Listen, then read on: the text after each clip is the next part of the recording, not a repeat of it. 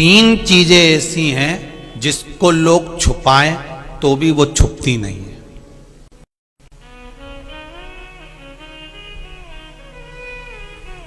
और अगर आज छुपा भी दी तो 2 दिन में वापस मालूम पड़ जाएगा कि क्या छुपाया। देवाधिदेव महादेव के पास में 3 चीजें ऐसी हैं जो दुनिया के लोग कितना भी छुपा ले, संसार के लोग कितना भी छुपाने का प्रयास करें, परंतु वो छुपती नहीं है। पहले नंबर पर सूरज, दूसरे नंबर पर चंद्र और तीसरे नंबर पर सत्य।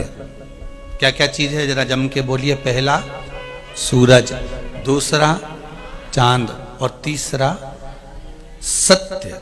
ये 3 चीजें दुनिया के लोग कितना भी छुपाने का प्रयास करें पर वो छुपती नहीं है।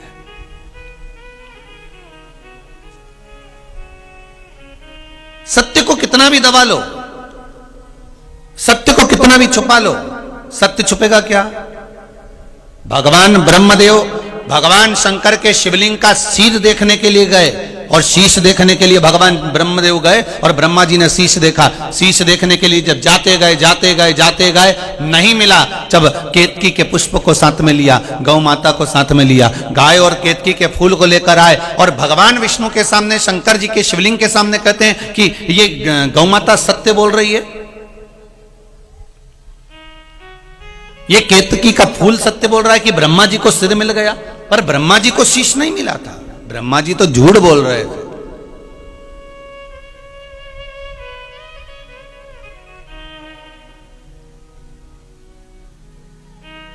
सत्य छुपता नहीं है।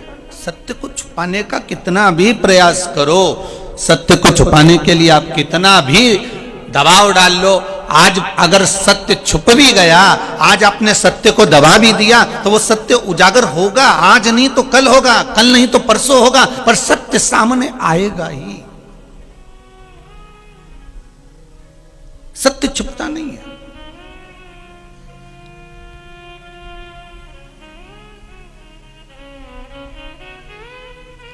सूरज की किरणों को कितना भी छुपाने का प्रयास कर लो, सूरज की किरणों को कितना भी दबाने का प्रयास कर लो, पर वो सूरज की किरणें कितना भी दबाना पर उसकी किरण प्राप्त होगी जरूर।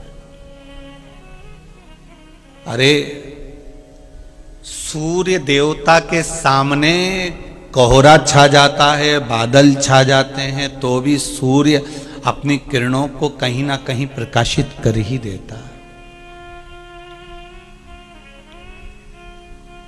चंद्र अपनी शीतलता कहीं ना कहीं प्रदान कर ही देता है। आप रखो उसको छुपा कर तो भी वो छुपेगा नहीं। केतकी का फूल झूठ बोल दिया कि भगवान ब्रह्मदेव को भगवान शंकर का सिर मिल गया।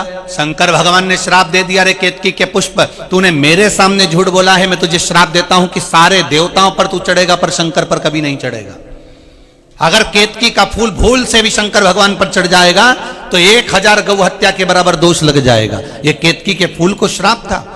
गाय ने कहा कि ब्रह्मा जी को सिर मिल गया तो भगवान शंकर ने गौ माता से भी कहा, तू गौ माता है, जगत की मां कहलाती है, जगत के लोग तुझे माता कहते हैं और तू जगत की मां होकर झूठ बोलती है। माता होकर तू झूठ बोल रही। तेरा पूरा शरीर पूज्य होगा, पर जिस मुख से तूने झूठ बोला है वो तेरा मुख अपूज्य होगा। तेरा मुख अपूज्य है।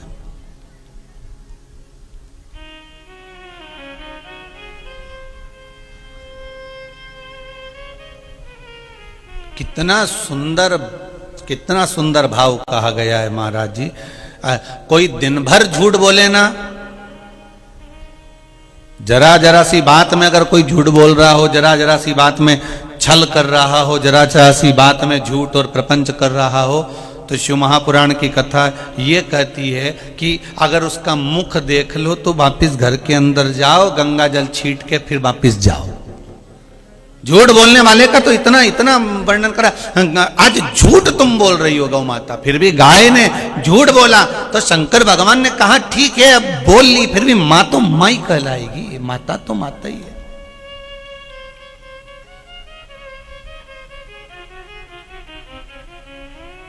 ब्रह्मा जी भी झूठ बोले। और जब ब्रह्मदेव झूठ बोले तब भगवान शंकर ने अपने पैर का अंगूठे का नख तोड़ा, फेंका, काल भैरव को प्रकट करा। काल भैरव ने अपनी चीटी उंगली का नख तोड़कर फिर ब्रह्मा जी का सिर काटा। तो ब्रह्मदेव का जो सिर कटा वो बट का वृक्ष हो गया, बड़ का पेड़ बन गया।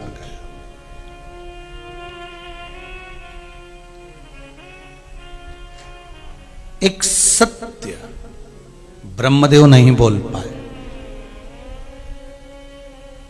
आपसे निवेदन है, जितने भी नवे गांव के हों चाहे बाहर से आए हुए हों, जीवन में अगर आपने शंकर जी की भक्ति को प्राप्त करा है, शंकर जी का भजन कर रहे हो, शिव का स्मरण कर रहे हो, शंकर के नाम का जाप कर रहे हो, शिव भक्ति में अगर आप डूबे हुए हो, तो प्रयास करना कि दिन भर में एक बार हम सत्य का जीवन जी।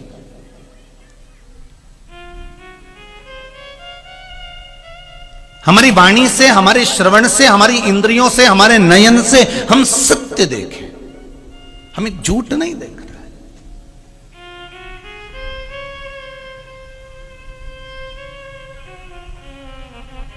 सत्यम शिवम, जम के बोलो, सुंदरम। शंकर जी की कथा कहती है शिव को सत्य प्रिय है। जिसके जीवन में सत्य आ गया उसके जीवन में शिव मिल गया, और शिव मिल गया तो जीवन खुद ही सुंदर बन गया।